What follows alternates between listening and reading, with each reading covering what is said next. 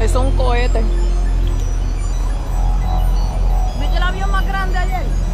Se quedó ahí. No, el avión se quedó ahí. Mira dónde está el avión. No se mueve un carajo. Mírala ahí.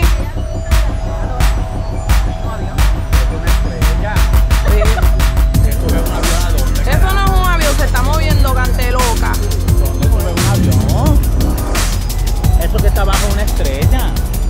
Estrella, te vamos a... Mamá, es una estrella que abrió. Es la cosa que está preocupante que el pendejo está ahí. Pero está bajando, loca. Está pasando fuego. Vete pa'l carajo.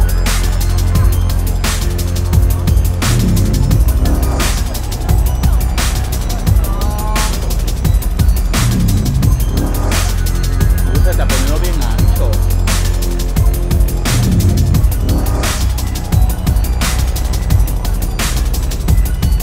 Ya, Dios, ¿qué pasó ahí? Uy, qué grande. Graba esto porque si algo pasa. Carajo, lo estoy grabando. Puñeta, eso está bajando. Eso está bajando. Maricona, ¿para dónde viene esto?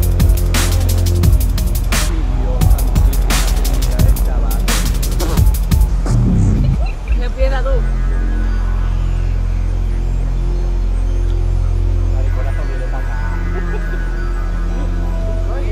Mira, cabrona, eso se está pasando para acá.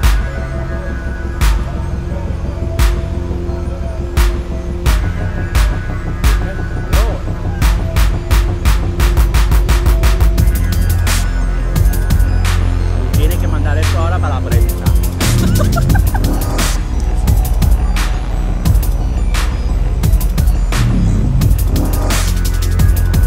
Eso va bajando. Mira la lucecita por donde está.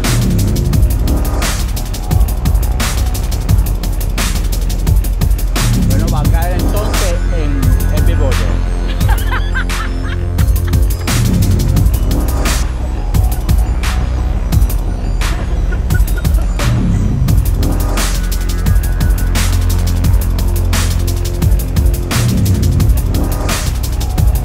Mira la lucecita tan bella, ¿verdad? Se ve bajando lo que es.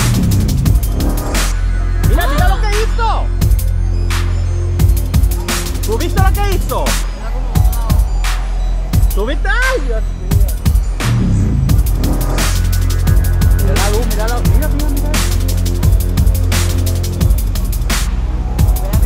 Es como si el cielo se estuviera abriendo. ¿Ves la nube arriba? Y mira la luz Dios abajo. mío, señor.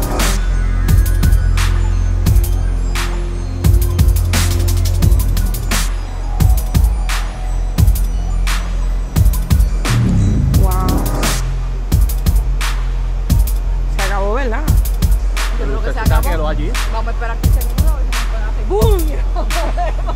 Y nosotros volamos con tu celular. Pone la quietecita que eso va para noticia. ¿Dónde va a caer el Yara? En el Biboye.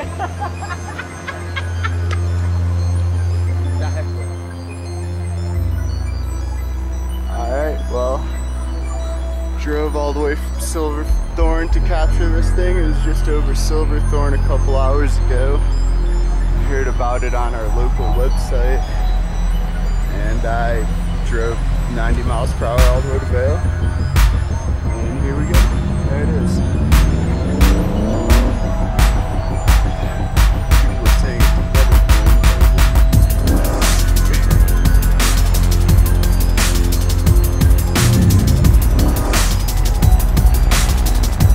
it's weather balloons can go that fast within an hour.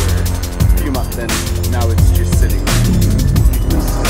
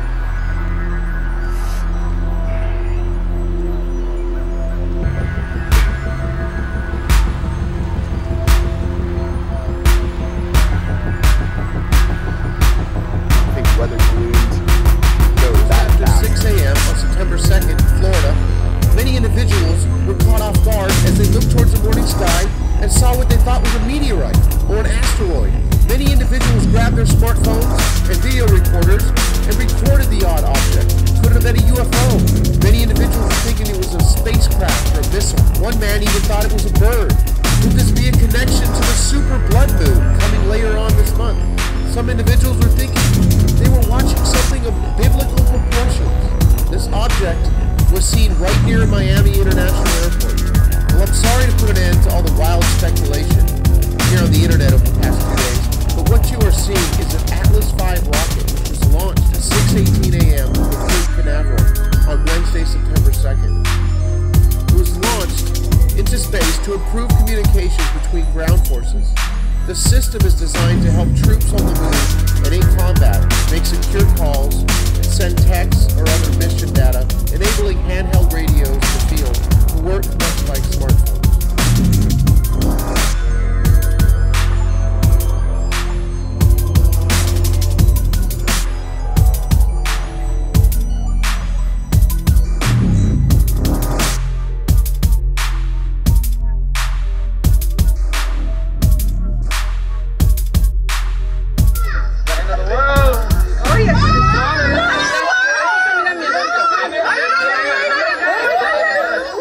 Son los aviones.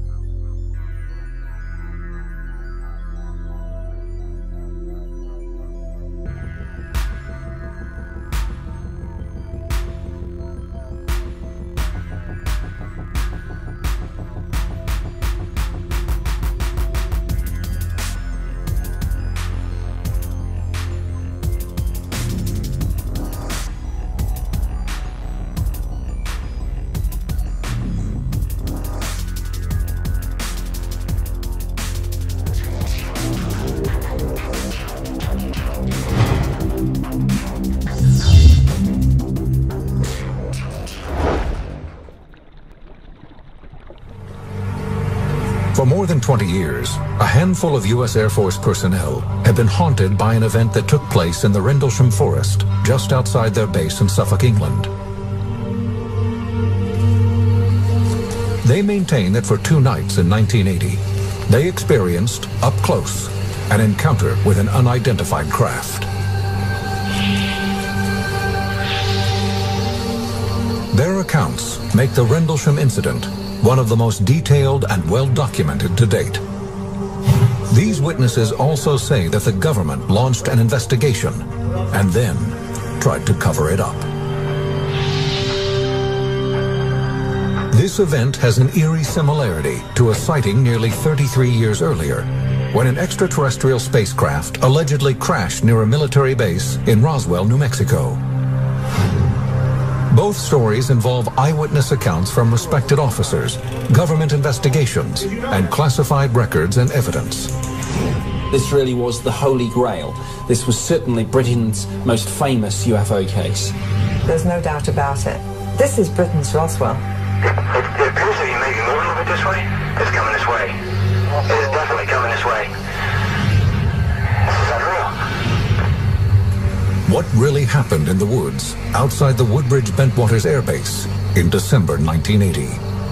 If you contact the Pentagon about what happened December 1980 at RAF Woodbridge, England, they're going to tell you right now nothing happened there. People need to step up to the plate and say something.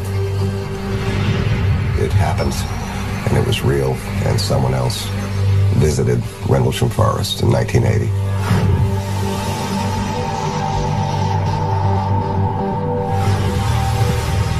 This is Bentwaters Royal Air Force Base.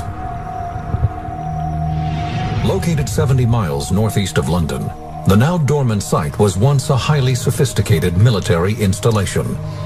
The main function of the twin bases there was to support the NATO effort in case of a war in Europe. We would go ahead and mobilize our A-10 aircraft to support whatever war effort we were told to do. In 1980, with Cold War tensions near their peak, Bentwaters and nearby Woodbridge air bases are operated by about 12,000 U.S. Air Force personnel, making it one of the largest NATO complexes in all of Europe. But the site, bordered by the dense Rendlesham Forest, has a secret. This was Bentwaters' weapons storage area. Exactly what was kept here is officially classified, but researchers and observers agree that a massive nuclear arsenal was stockpiled beneath these concrete bunkers. The extraordinarily secured underground bunkers with alternating layers of steel, concrete, earth, held something like 300,000 kilotons of nuclear ordnance. The American airmen who man this base are highly skilled.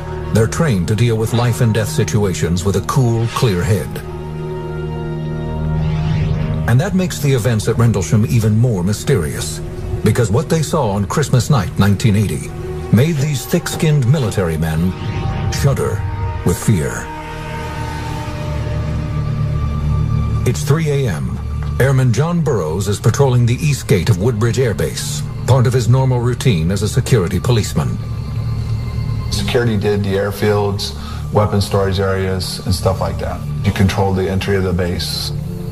The 20-year-old has been with the Air Force for almost 2 years and has been stationed at Bentwaters for about a year and a half. Tonight, there is nothing to observe but the stars overhead. It was cold that night. It was a clear night, pretty much. You know, it was a clear night. There's a little bit of fog. As he's walking, his superior, Bud Stevens, pulls up in a truck. He tracked me down and said, let's ride around for a while. The men drive into Rendlesham Forest. Suddenly, Sergeant Stevens notices a strange light in the woods just off the road. He said, whoa, is that normal? And I looked out and there was just a weird glow in the woods. I said, no, it's not normal. Burroughs can't shake a bad feeling. You know, you just felt a real sense of danger or something wasn't right. There were different colored lights, you know, like you see on a Christmas display, different colored lights that were blinking on and off. Alarmed, the men speed back to the gate to call the flight desk from a secure phone line.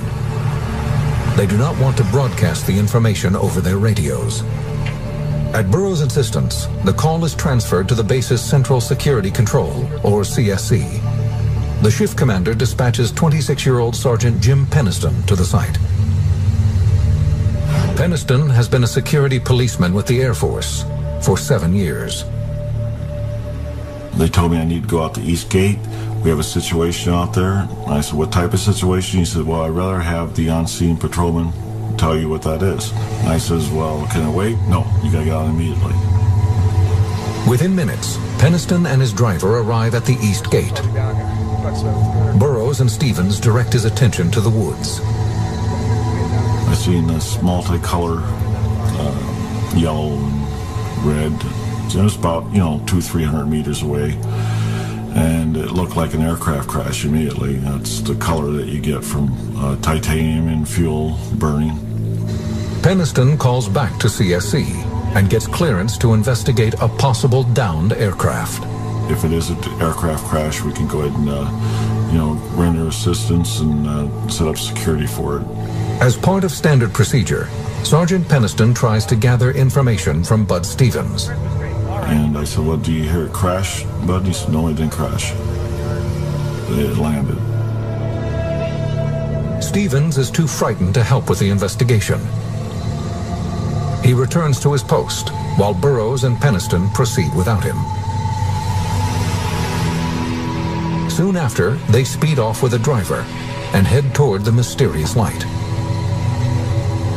When they can no longer maneuver the vehicle around the dense trees, Burroughs and Penniston proceed on foot. They walk about 50 meters and notice strong interference on their radios. The farther we got into the woods, it became more and more intermediate, where it was harder and harder to talk to him. Suddenly, Sergeant Penniston feels an electrical charge in the air.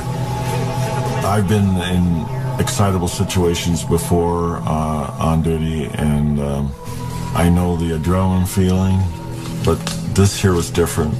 You could feel it on your clothes, your face, your hair. The closer they move toward the light, the less the scene resembles a crash. Didn't have no smell of smoke, and it was too contained. It was just like one ball out there. And we came into a clearing, and then that's when it was like a bright light lit up the whole area. It was almost blinding. Sergeant Penniston moves within 10 feet of the object, and the bright light dims. As his eyes adjust, he has trouble understanding what he's seeing. I'm a rational person. I wanted a rational explanation of what was going on. I could not come up with one. Penniston snaps pictures with his military-issued camera. The craft was triangular in shape and measured probably 9 feet wide by about 8 feet high. I couldn't tell the front or back to it. I mean, there was no engines on one side or no cockpit or nothing like that. It was all completely smooth, the outside of the craft. He then circles the object, writing descriptions in a notepad. These are the notes he wrote that night. Surface is unknown. Identity unknown.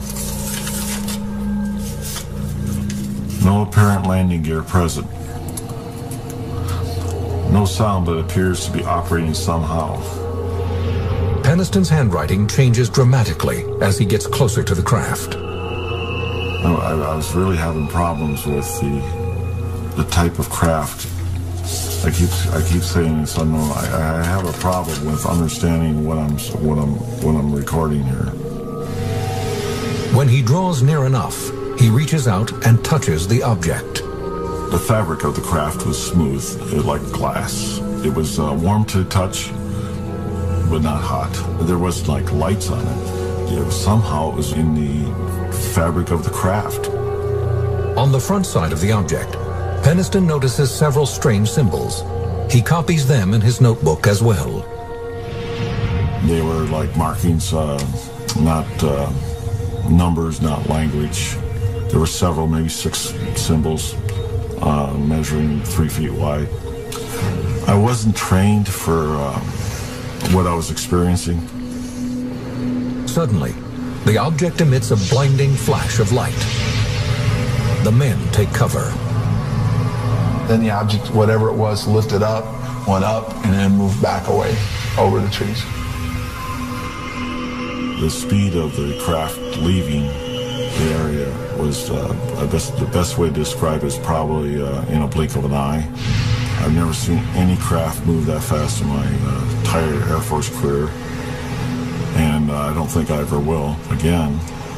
As the men slowly rise to their feet, their attention is drawn by another flash of light through the trees. At first they assume it is the craft, but on second glance they realize it is the Orford Ness Lighthouse, 5 miles away. Burroughs and Penniston check their radios. They're working again. It is now around 5 a.m., roughly 2 hours since they first spotted the mysterious lights in the woods. They contact the CSC, and their commander orders them to rendezvous with a security team back at the East Gate. So we were like, what are we going to say? We can't explain what we saw. We can't explain what just happened. Later that morning, the men are brought in for debriefing. Penniston is reluctant to divulge everything he witnessed. It was not a good career move to report exactly what we seen.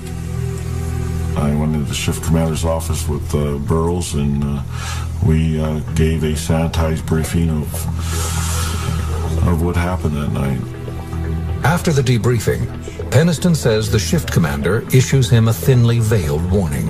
Gentlemen, he says, Project Blue Book ended in 1969, and sometimes things are best left alone. Project Blue Book was the code name for the U.S. Air Force's controversial UFO investigation unit. During the course of our investigation, before it was disbanded, its goal was to determine if UFOs were a potential threat to national security. Despite his commander's warning, Sergeant Penniston can't put the strange encounter out of his mind. I got back to my house and I couldn't go to sleep. I'd probably sat around the house for maybe 2 or 3 hours. And finally I said, well, I got to go back out there. He returns to the site with some plaster of Paris. His plan? To make casts of any indentations left by the craft. I wasn't going to leave there until I had answers. I wanted something tangible. He spots 3 round impressions in a symmetrical pattern on the ground. They are a few inches deep and roughly 10 feet apart. They measured exactly the same distance apart, each of the pods, approximately 2 to 3 inches thick. These are the casts made by Penniston the morning after his sighting. He believes they show the marks left by the craft when it landed on the forest floor. He decides not to show them to his superiors. Along with his notes and roll of film, the sergeant now has the 3 plaster molds to help back up his story. But Penniston's physical evidence doesn't solve the mystery of Rendlesham. Just 2 nights later, the UFO returns. And this time, the deputy base commander makes a chilling record of his own encounter. I'm observing what appears to be a beam coming down to the ground. This is unreal.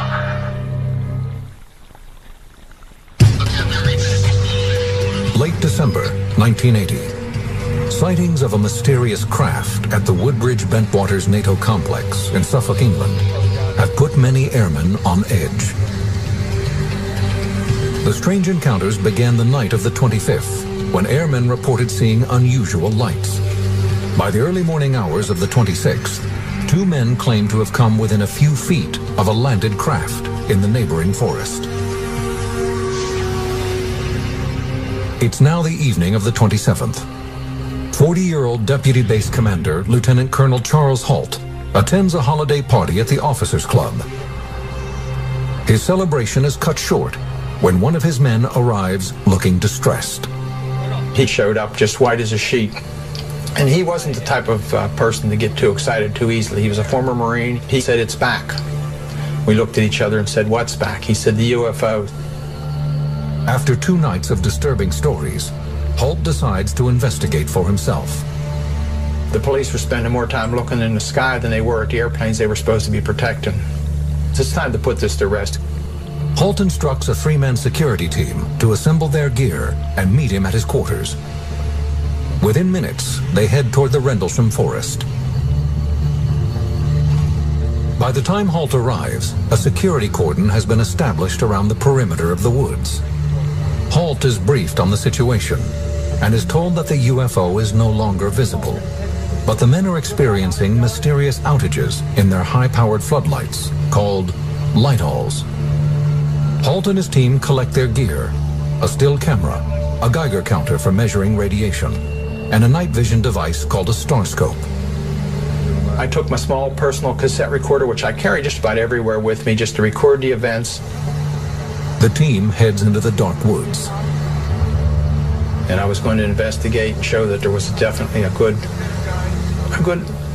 reasonable explanation for everything.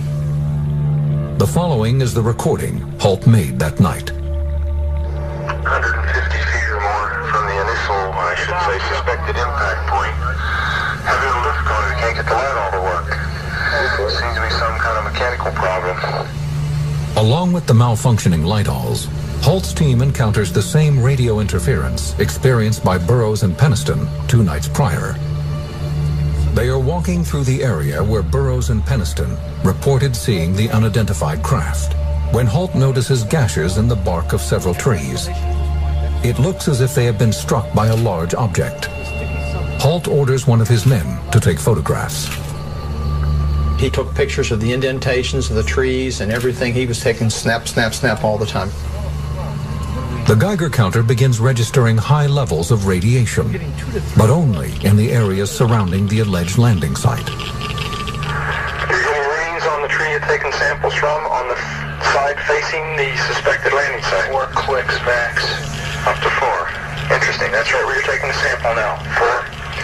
That's the strongest point on the tree? Yes, sir. If you come to the back, there's no clicks whatsoever. Suddenly, the dark woods are alive with sound.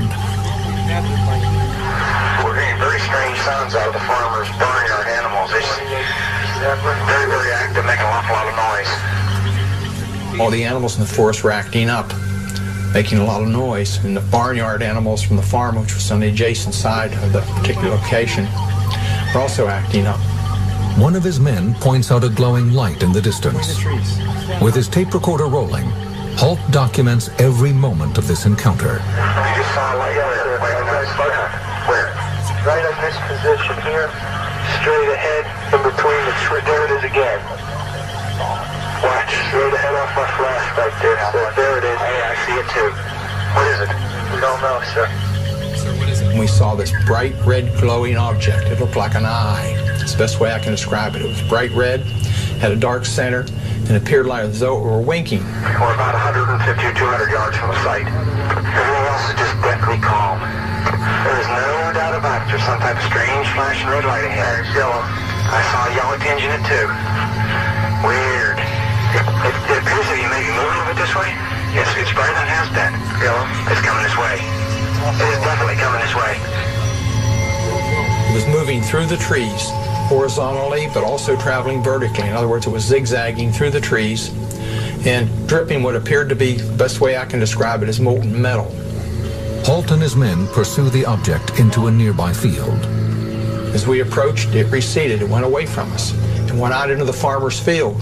It stayed there for probably 20, 30 seconds, maybe a little more. Pieces of it are showing off. There is no doubt about it. This is weird.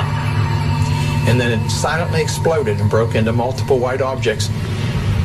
So we went into the field and searched around on the ground looking for burnt marks or evidence of whatever was coming off the object. The men find nothing in the field. Overhead, the object makes a sudden turn. It approached us at very, very high speed. Oh, hey, here he comes from the south. He's coming toward us now. It stopped overhead and sent down a beam. The best way I can describe it is like a laser beam. Now we're observing what appears to be a beam coming down to the ground. This is unreal. It was a steady, constant beam as far as the diameter. It fell at our feet, and we all just were in awe. And I thought, was it trying to signal? Is it trying to warn us? Is it threatening us? And just as suddenly as it appeared, the light went click and was off. The object speeds away. The team watches, mesmerized, as it moves over the base and continues to beam lights to the ground. To some, it appears that the light is beaming directly into the base's weapons storage area, where nuclear missiles are reportedly housed. There's one object still hovering over Woodbridge Base at about 5 to 10 degrees off the horizon, still moving erratic and similar lights and beaming down this area. At this point, Holt's recorder runs out of tape. A craft is still hovering in the distance, but Holt and his team aren't sure what to do next. There's no protocol for what they've just encountered. Unnerved and exhausted, the men head back to base. Airman John Burroughs, who had witnessed a UFO 2 nights earlier, arrives at the site, along with Sergeant Adrian Bustinza. Burroughs is immediately concerned by the behavior of the men returning from the field. They were kind of, I don't know, they were weird. I mean, they were upset. After a brief conversation, Burroughs spots a blue light glowing in the same clearing Holt has just examined. The airman is determined to investigate further. I was bugging him, come on, Colonel, let me go out and see. I mean, I want to see what it is. So he finally authorized myself and Bustinza to go forward just to get a closer look. The men head toward the strange blue glow in the field. Adrenaline quickly takes over, and Burroughs breaks into a run. As I was getting close to whatever it was, all of a sudden it was gone. The field is thrown into darkness, leaving the airmen scared and confounded. It just was gone, and I'm standing out in the field, and there was nothing. Burroughs turns to Bustinza in disbelief. And he goes, what happened to you? And I go, I don't know what you're talking about. He goes, and you were like involved in the lights. He said, you were just like, it was like all of a sudden you were there and then you were in the lights and you were gone. Burroughs and Bustinza return to base. Burroughs' second encounter with the bizarre lights leaves him with nothing but questions. They are unaware that a sweeping investigation involving covert government agencies is already underway. The men claim that as they headed back to the base that night, they were walking into a government conspiracy.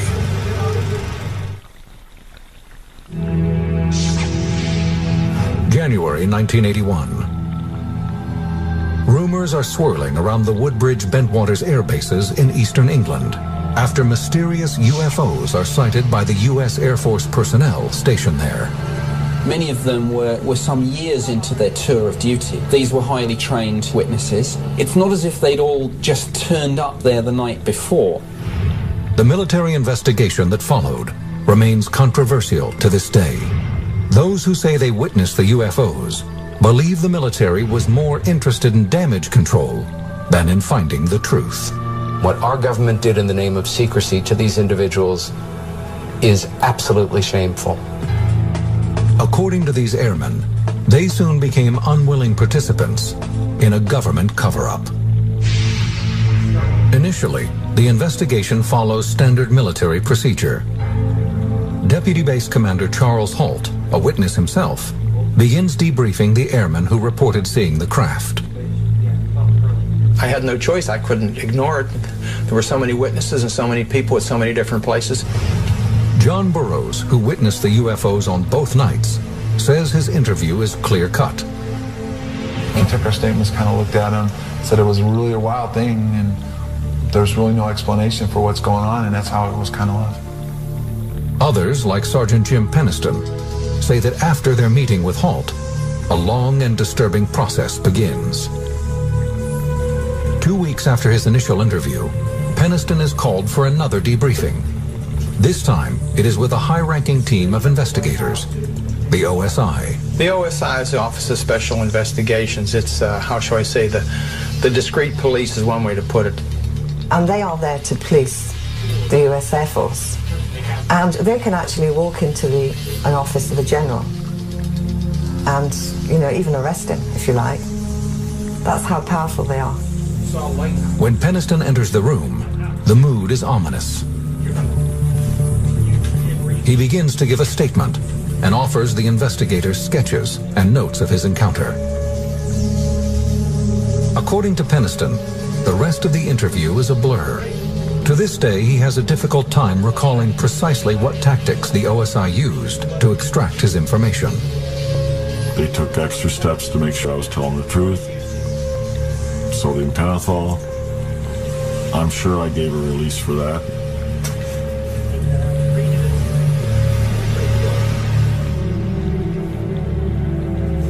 And hope that they understood that everything I said was the truth. I believe I gave my permission for that, I would think.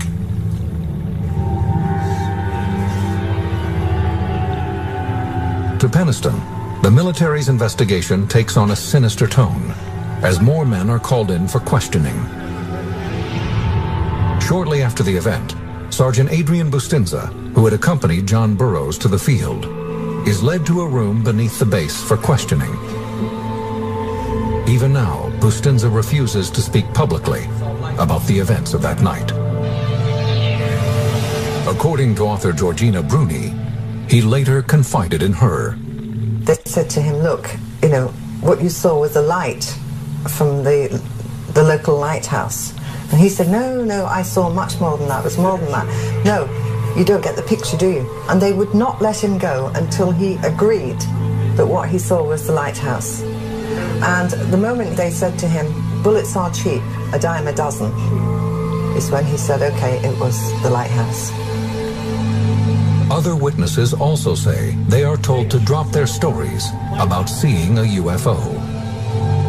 We were told that we couldn't talk about it, was to treat it as top secret, and that was it. We never talked about it. According to Airman Burroughs, the signs of a government cover-up are obvious. Shortly after his interrogation, Burroughs is back on guard duty. As he makes his rounds, he can see that the woods are bustling with activity. There was vehicles leaving Woodbridge going out into the forest. There was helicopters flying around out there, so there was some stuff going on out there.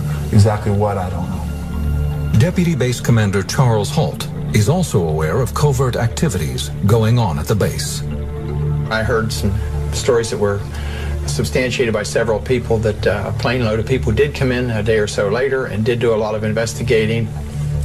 Penniston and Halt claim they took pictures of the mysterious craft they encountered. But when the prints return from the base's photo lab, they are blank. The pictures are whited out, most of them.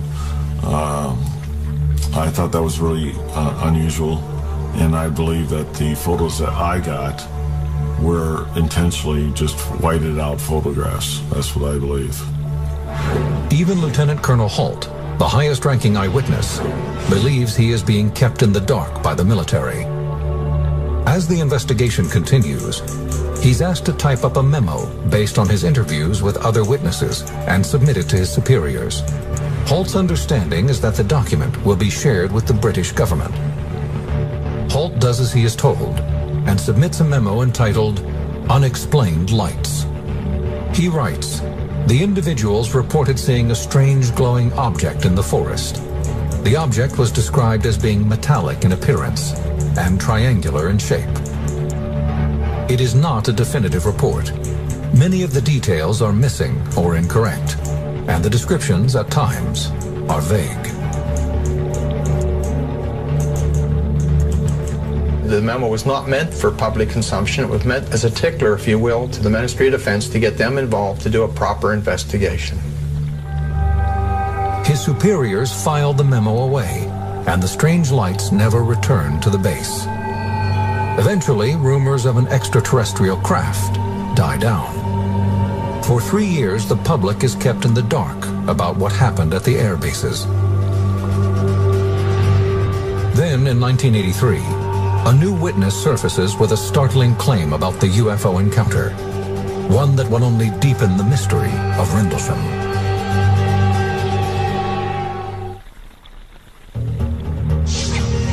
October 2nd, 1983. The British Sunday tabloid News of the World hits newsstands with the headline, UFO lands in Suffolk, and that's official. The article claims that a mysterious craft, moving under intelligent control, invaded the skies above the Woodbridge-Bentwaters air bases in late December 1980. But most intriguing is the offering of a piece of written evidence, an official U.S. Air Force memo confirming the alleged sightings. The document was written by one of the men who encountered the mysterious object, Deputy Base Commander Charles Halt. Every local radio, TV station, Japanese TV, German TV, I had people swarming all over the place wanting to know the real story. From there onwards, every single newspaper in the United Kingdom was featuring this story for about a week. The memo, titled Unexplained Lights, offers a brief description of the late December encounters. It includes Jim Penniston's description of a strange object that maneuvered through the trees, as well as Halt's account of a red, sun-like object in the night sky. But how was the story leaked to the public? The document, known as the Halt Memo, was brought to light by Larry Warren, a former Air Force security policeman at Bentwaters. He's blunt when he explains why he did it. I wanted to drag people right by their hair through the thing and say, this happened. He was the one who brought this whole thing to public attention. It was his information specifically that resulted in a Freedom of Information Act that resulted in the release of the so-called HALT document. And once that single sheet of paper was out, the toothpaste was out of the tube. Warren has received both praise and criticism for his candidness. The story he tells begins like the others, but the ending is even more bizarre.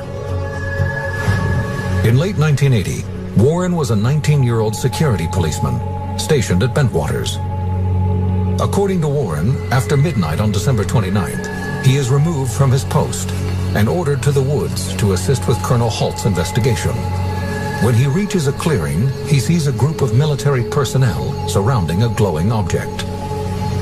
In this field was this object on the ground. It's like a science fiction movie, but there was something alive associated with it. It didn't come out any doors.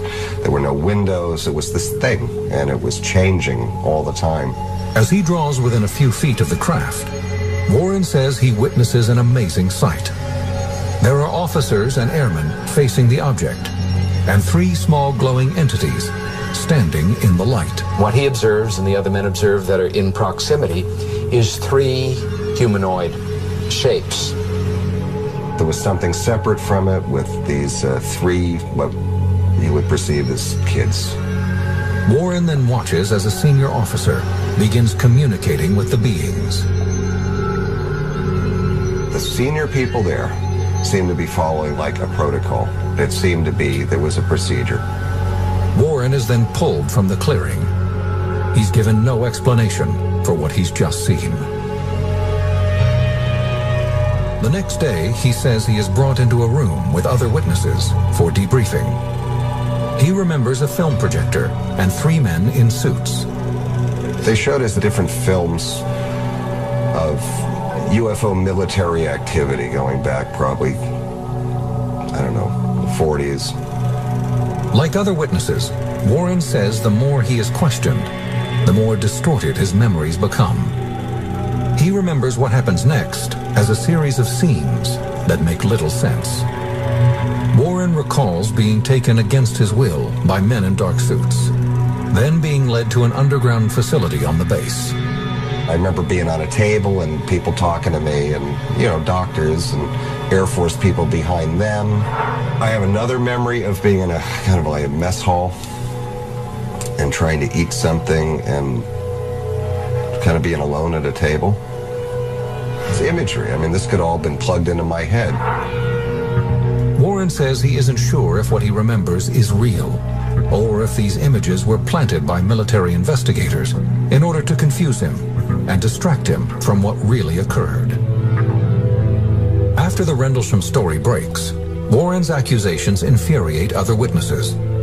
These airmen and officers say they too want the truth revealed, but that Warren's story is anything but. It hurt the whole incident as far as this is, something really did happen to us, but there's no way, the way he was describing it, what happened to us, and it wasn't fair to the people that were involved to have that kind of extreme stuff come out. Parts of his story do correspond with other eyewitness accounts. Warren, like Charles Halt and Jim Penniston, recalls seeing a glowing craft in the clearing of the Rendlesham Woods shortly after Christmas 1980. But Larry Warren is the only airman who claims he saw alien life forms. Another problem with Warren's version of events is that no one can remember seeing him in the woods on the night in question. Nobody ever recalls him being out there that night. Nobody I've talked to all the players and just about everybody that was on the, even the fringes, and nobody remembers seeing Larry Warren anywhere except around the base in training. Warren remains steadfast in his convictions. I've never lost a minute's sleep over my role in this. I've never intentionally misrepresented anything, lied, or tried to gain anything unfairly. The contradictions surrounding the Rendlesham case have proven frustrating for UFO researchers. While there are multiple credible witnesses, airmen trained to be good observers and remain calm under extreme circumstances, the discrepancies between their stories are difficult to ignore. In the years that follow, researchers struggle to unravel the mystery. Then, in 2002, declassified government files reveal new facts about those mysterious nights in the woods. And which could have been the spot where the alien craft landed. Since 1983, the Rendlesham UFO incident has garnered attention around the world. But to this day, there is still no explanation for what U.S. Air Force personnel claimed they saw in the woods and skies of Suffolk, England. Some experts who have reviewed the reports of strange lights and a glowing spacecraft have concluded that these sightings are a simple case of optical illusion. Retired Air Force Major and astronomer James McGahey learned about the incident by chance. I first heard about the Rendlesham Forest case in 1983 when I was at the base conducting a military exercise there on temporary duty. During his tour, he discovers that 5 miles from the twin bases, on the shores of the North Sea, sits the Orford Ness Lighthouse. McGahey feels that witnesses mistook this lighthouse for a UFO. If you're out in a dark sky on a cold night in December, and a lighthouse is swinging through the trees with this bright beam of light passing through the trees, it's going to have some strange, unusual effects. Light is going to get scattered by the trees. John Burroughs did mention this lighthouse in his first statement to his superiors. In the report, he says that after the mysterious lights disappeared, he thought the lighthouse was another craft, but quickly realized his mistake. I want to clarify something. This is always somebody tries to twist it. If you read the statement, especially mine, it clearly distinguishes between what we saw at the beginning and then we did see a beacon light and we followed it. Nowhere in my statement does it say I felt the beacon light was the object. I've done a whole lot of research on this lighthouse. You know, you can talk about it from here to eternity. And there's absolutely no way that a lighthouse can travel 5 miles, go in and out of trees, shoot beams down to the ground. So anyway, it's not a lighthouse. But McGahey claims there is a second explanation for the lights in the sky that has nothing to do with UFOs. On the night of the 25th, at around 9:30 in the evening, a Cosmos satellite re-entered the Earth's atmosphere. It would have looked like a fireball, which is a very, very bright meteor. For nearly 20 years, skeptics and believers continue their search for answers. In 2002, thanks in part to researchers like Georgina Bruni, the British government finally releases a new set of records. The files provide additional information about the case, but also raise new questions. They make it clear that the British government investigated the mysterious sightings back in 1981. This fact seems to indicate that military investigators did not believe the sightings were caused by a lighthouse or a satellite. But the files also reveal some of the shortcomings of that investigation. We discovered that some of the radar facilities were actually faulty. The cameras were faulty on the nights in question, or allegedly faulty, that the films were missing. At the time, investigators based their research on the original memo written by Lieutenant Colonel Charles Halt. His document states that the first event occurred on December 27th, but the sightings actually began on the 25th. Halt's mistake has caused researchers to examine the wrong nights for 20 years. It is a frustrating revelation for Nick Pope, an official with the Ministry of Defense. Here we had possibly the most significant UFO event ever to have taken place on British soil, and yet not only were the dates wrong, but crucial days had been lost. Moreover, much has been left out of the files. Researchers hope the U.S. and British governments will release further information, including pictures taken by Air Force personnel on the nights of the sightings. These are the only photographs that remain from the investigation. They show authorities examining the alleged landing site, but the pictures reveal no evidence of a landed craft.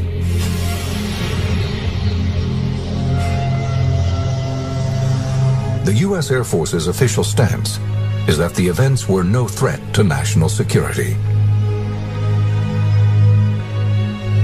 To many, this statement doesn't ring true. If, in fact, nuclear weapons were housed at the base, then the military would have been very concerned about reports of an unidentified area. The Earth's surface and then exploded. As the object came in, it was being decelerated and squeezed by atmospheric forces. It blew up with the force of a hydrogen bomb. The shock wave smashed down the forest, knocking trees away from the blast and resulting in a pattern away from ground zero. But how would an asteroid explosion explain the reports of radiation damage in the Tunguska area? Scientists say it can be attributed to the sheer magnitude of the explosion. As we mentioned before, the blast itself was 1,000 times greater than the Hiroshima blast at the end of World War II. The blast would have generated a series of very high-speed charged particles and would have been the cause of some of the mutations in the gene structures of plants and animals. But to this day, scientific explanations do not satisfy many ufologists. I have been several times to the place where the Tunguska body fell. I intentionally call it body, not meteorite. I mean, the catastrophe of an asteroid, of a comet, or of any other natural body cannot lead to such consequences. A number of expeditions found things that they couldn't explain. There are some people who were saying that the evidence suggested this was some kind of an alien spaceship. That was the kind of magical explanation you use when you don't have enough real science to understand the physics and the astronomy involved. Throughout the rest of the 20th century, magical explanations of unidentified flying objects over Russian skies would continue. And in one instance would help expose a top-secret Soviet military project.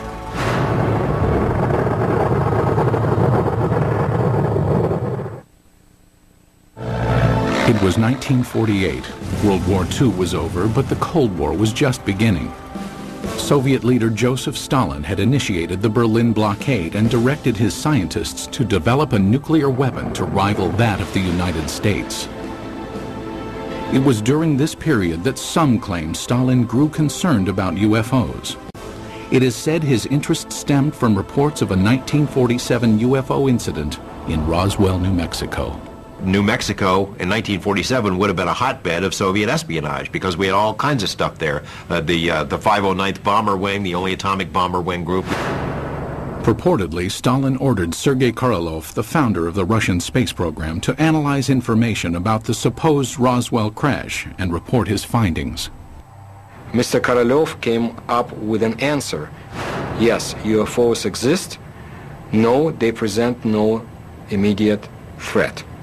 And after evaluating the information, all that the Russians had acquired on Roswell and on UFOs, Korolev concluded UFOs are real. They appear to be intelligently controlled. That's what he told Stalin, and Stalin in turn said, that's what my other people have concluded as well. While concrete proof of the conversation does not exist, several Soviet scientific agencies did begin investigating UFOs in the ensuing years. Stalin, after getting this information about Roswell and UFOs in general, did the same thing basically that the American government had been doing. He condemns UFOs in public and then conducts secret tests behind the scenes. He had all sorts of high-level scientists who would research the problem for him and then report to military officials, all behind the scenes. Also hidden from public view were UFO reports culled from Soviet Air Force pilots. Between the mid-1950s and mid-1960s, pilots reported approximately 15,000 UFO sightings. It is very difficult to find a pilot who has been flying for many years and has never seen a UFO. Most of these sightings can be easily explained. In an era of superpower distrust, flights of American spy planes and spy balloons were common over Soviet skies. But investigative journalist George Knapp, who has viewed portions of the Soviet UFO files, found some of the pilot sightings perplexing. There were 40 instances where Russian warplanes were sent after UFOs. This is not temperature inversion, this is not a weather balloon, this is not swamp gas, these are craft floating around in the airspace of Russia, and they sent warplanes to go chase them. While pilots continued to report strange objects in the sky, none could offer tangible evidence to support their claims. But in 1968, over the skies of Riga, Latvia, an alleged UFO sighting was caught on film. As a Soviet propaganda film crew documented a test flight of a fighter interceptor jet, the pilot noticed an unusual object high in the sky.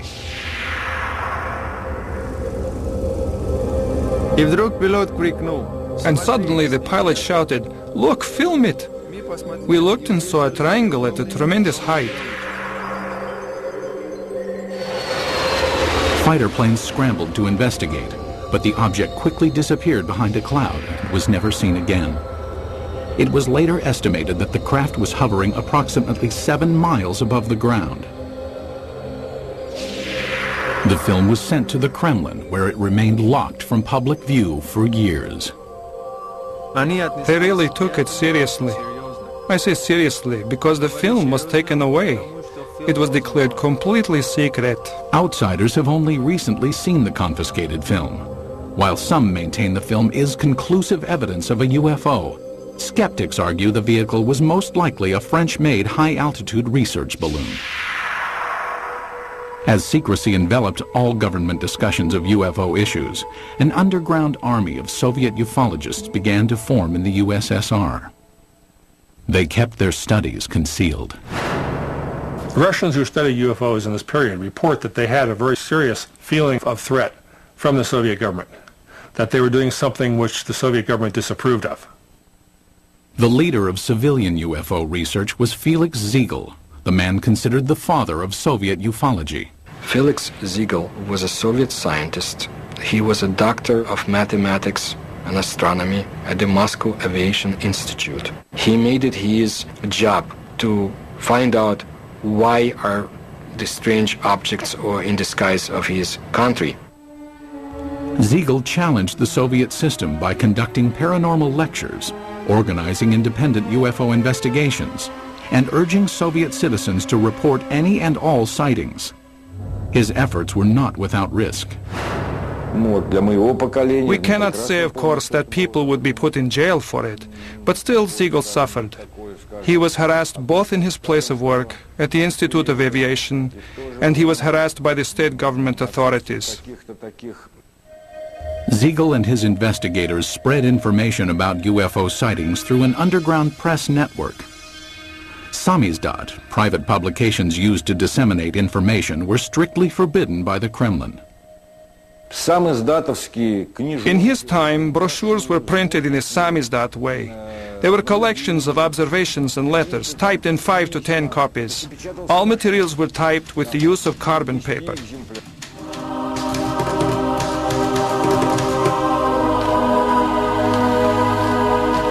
Samizdat papers were distributed by trustworthy messengers who secretly carried the copies from one person to the next. UFO information circulated in this covert manner until 1967, when suddenly it seemed as if ufologists were given a reprieve from government censure.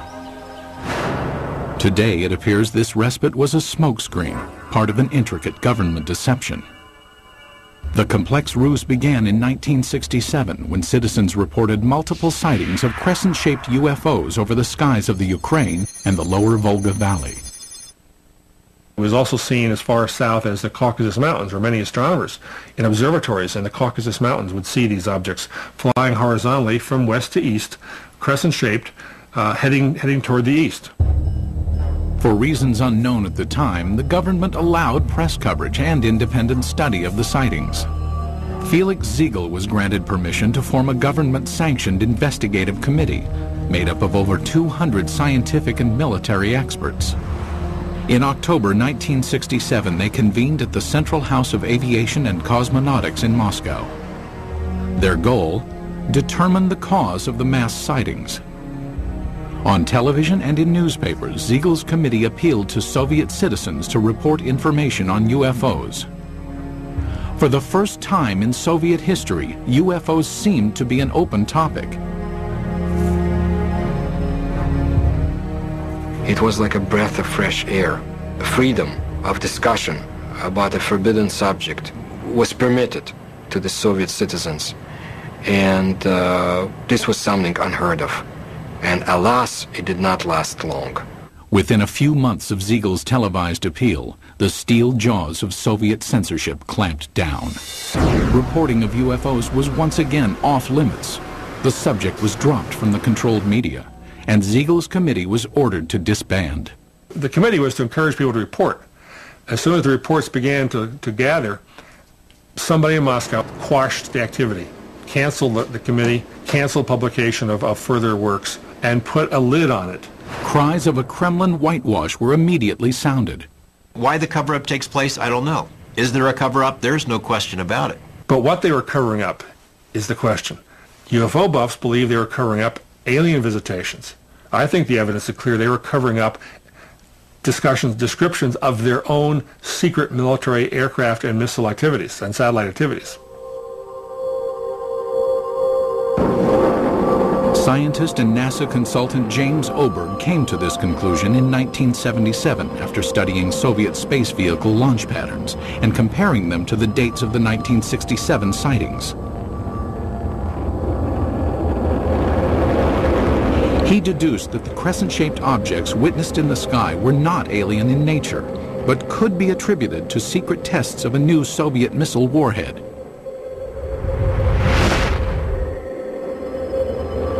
People in the area saw the rockets, especially at night, saw the streamers, the contrails in the sky, even heard the rockets. They were told by the government that there was nothing there, that it was not anything ours. It became a UFO phenomenon. Later dubbed by the Pentagon as a fractional orbital bombardment system, the Soviets had good reason to keep the tests secret. It was designed to sneak under our radar as a first strike weapon. It was one of these scary things that you only build it if you mean to make a sneak attack. It was also illegal to have such a weapon because in 1967, the U.S. and Russia and other countries signed a treaty forbidding the placing of nuclear weapons into orbit. But why, after crushing public dissemination of UFO information for years, did the government briefly loosen its restrictions in 1967? It appears now to have been a deliberate ploy to fool its citizens and the international community about the true nature of the sightings. The Soviet government did not want the public to understand what was going on. They didn't want the Americans to know, for example, what was going on. It was a useful camouflage. It diverted people's attention. Because it was a UFO, Western journalists would laugh rather than investigate it. The cover-up by the Soviet government is in letting people think they're flying saucers. The strategy backfired when the extensive UFO data collected by Felix Ziegel's committee was published in magazines. The Soviet government realized what these reports really were. They're military secrets. Not described accurately, but accurately enough to be of use to the CIA if they ever caught on. The government said, "Oh my gosh," and other things in Russian, and said no more UFO reports get published in the Soviet Union. For 10 years, public discussion of UFOs was effectively brought to a halt. But that would change in 1977 with the appearance of a strange-looking object over Soviet skies, witnessed by thousands of astonished citizens. September 20th, 1977. As dawn approached in the small Russian port city of Petrozavodsk, a spectacular aerial display lit up the skies. The incident would become one of the most studied UFO sightings in Soviet history. The phenomenon of Petrozavodsk is one of the greatest abnormal phenomena on the territory of our country. At approximately 4 o'clock in the morning, civilians and military personnel reported seeing huge star-like apparitions shooting in the sky. As it flew up in the sky, it appeared to come over the city and then head off toward the horizon. People who were out in the streets of the town saw this blazing jellyfish streaming tentacles down from the saucer-shaped bright core. The impressive display lasted approximately 10 minutes. Witnesses claimed that a host of strange occurrences on the ground accompanied the sighting.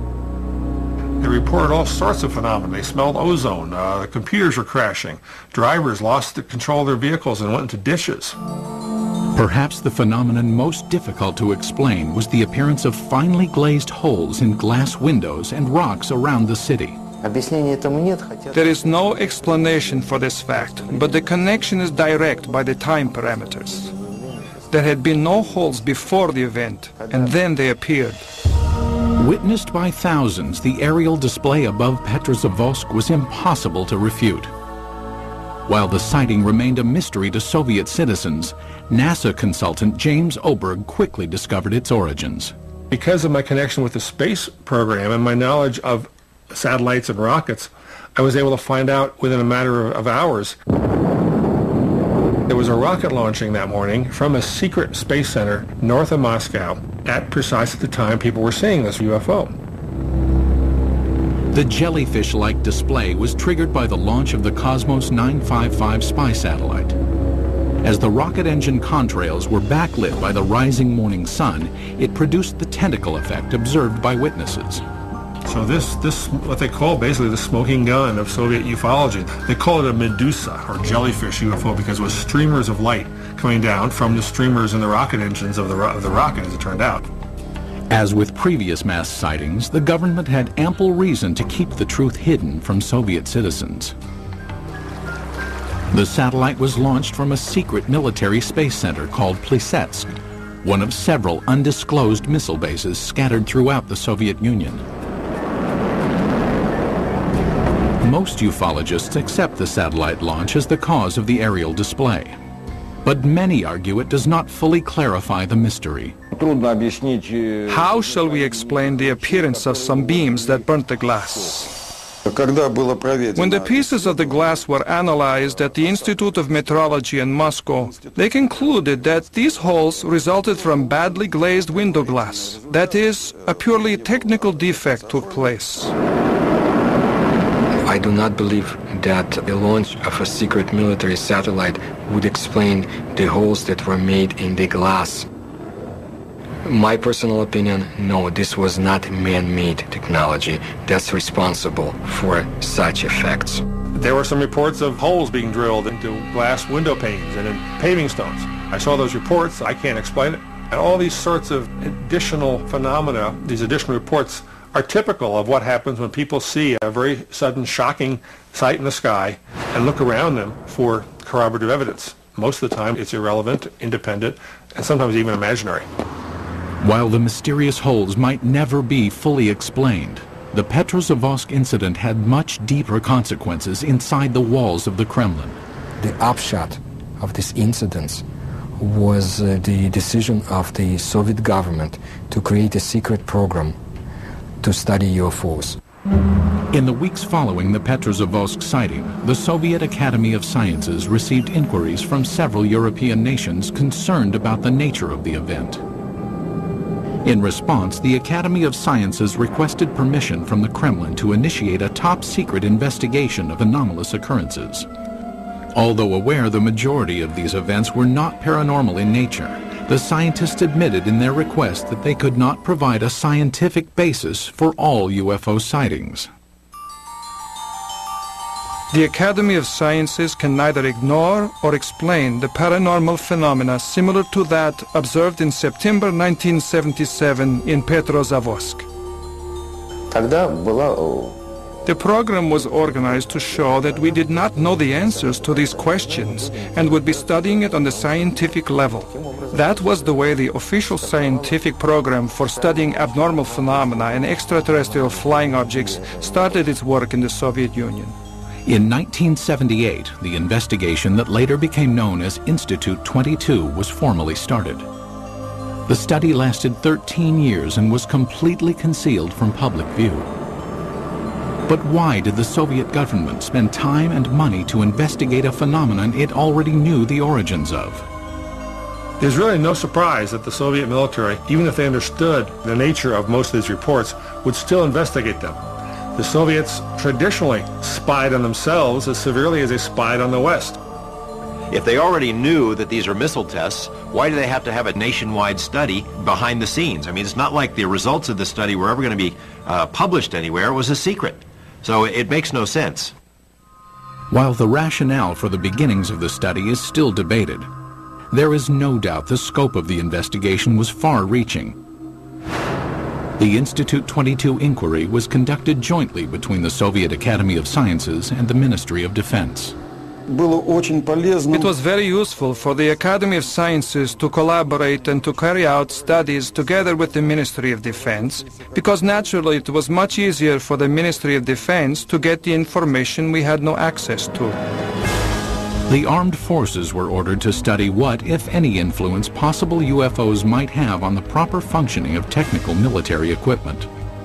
In addition, hundreds of thousands of sailors, soldiers, and pilots were recruited to watch for and report on UFOs. No one was told why the reports were being taken. The Ministry of Defense has an enormous observance potential. First, military units are located all over the country. Second, unlike civil organizations, an order from the Minister of Defense is sufficient for making a potential viewer of each military man, and this was done. Every single unit in the vast Soviet military empire had to comply with this study. That is, any UFO, any anomalous object, any ball of light, any strange thing in the sky whatsoever had to be fully investigated. Scientists were directed to investigate the physical nature of alleged paranormal phenomena. The data collected by the military and scientists was analyzed in a lab located in a nondescript building in a suburb of Moscow. The personnel of the laboratory were not numerous. Not more than 10 people, and this number was never exceeded. But the specialists from almost all the scientific areas worked there, from a physician to specialists in radioelectronics, meteorology, and astrogeophysics. Practically all the specialists were represented there. It was done in order to study all possible aspects of UFOs.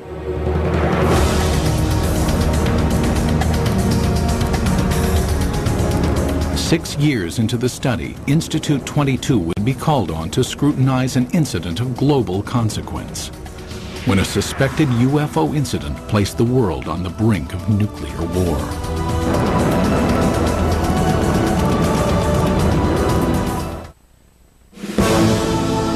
The early 1980s were a time of tense relations between the Soviet Union and the West. The era of détente had ended, and the Russian landscape was studded with intercontinental ballistic missile silos. Each contained nuclear weapons aimed westward. It was at one of these silos that a reported UFO incident caused a nuclear scare. Today, this ICBM silo in the Ukraine is deserted, dismantled in compliance with a nuclear arms reduction treaty between the U.S. and USSR.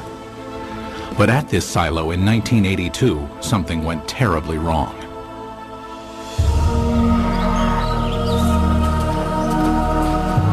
It started at approximately 6 p.m. when soldiers and villagers in the nearby town of Bielo-Korovichi witnessed a strange object in the dusk sky. A military officer at the time described what he saw. I was riding a motorcycle not far from here. I saw a large object in the air. It had a perfect geometric shape. At the same moment inside the silo, an emergency warning light indicated that a nuclear missile had switched to launch mode. The most telling testimony comes from the communications officer who said that somehow something entered the correct code. But Moscow had not ordered a launch, nor had any personnel in the bunker touched the control panel. For 15 agonizing seconds, technicians frantically scrambled to stop the launch. Then, without explanation, the launch sequence was aborted. They were ready for launch. The UFO, poof, goes away. Poof, the command control module goes back to normal. Had a UFO somehow interfered with the launch controls of a nuclear missile? A team of investigators from Institute 22, the secret state-sponsored UFO research team, was immediately ordered to the missile base. They established within a very short period, literally half a day, that a military training exercise took place at a nearby aerial ground. Investigators learned that the sighting occurred at the same time and in the same area where the military was testing flares. Dropped out of planes, the flares provided 5 to 7 minutes of illumination. That explained the strange display in the sky. But why did the nuclear launch sequence activate? The fact that the emergency situation coincided with the effects which took place is certainly a remarkable coincidence, but it is still a coincidence. The ICBM control equipment was systematically taken apart and rebuilt, but no defects were found. It's not just an electrical malfunction. Something entered the correct launch codes. That just doesn't happen every day. We hear from our government UFOs are not a matter of national security. The Russian government has been telling its people the same thing. They're trying to confuse us. This incident is clear evidence, if ever there was, that UFOs do carry national security implications. After examining the ICBM episode, the investigative team of Institute 22 continued to scrutinize various sightings around the country. Some who reported UFOs had a much closer view than those on Earth. Cosmonauts. The first man in space, Yuri Gagarin, is quoted in the Thread 3 documents as saying, "I can tell you that UFOs are real, and if you allow me, I'll tell you a lot more." The second man in space, cosmonaut Titov, said that there were 7 UFOs dancing around his space capsule during his brief flight into space. However, even to this day, most cosmonauts are reluctant to speak about any unusual phenomenon they witnessed in space. There's a ridicule factor, there's the laughter curtain, there are career consequences from reporting a UFO and taking it seriously. But in this rare interview obtained by the history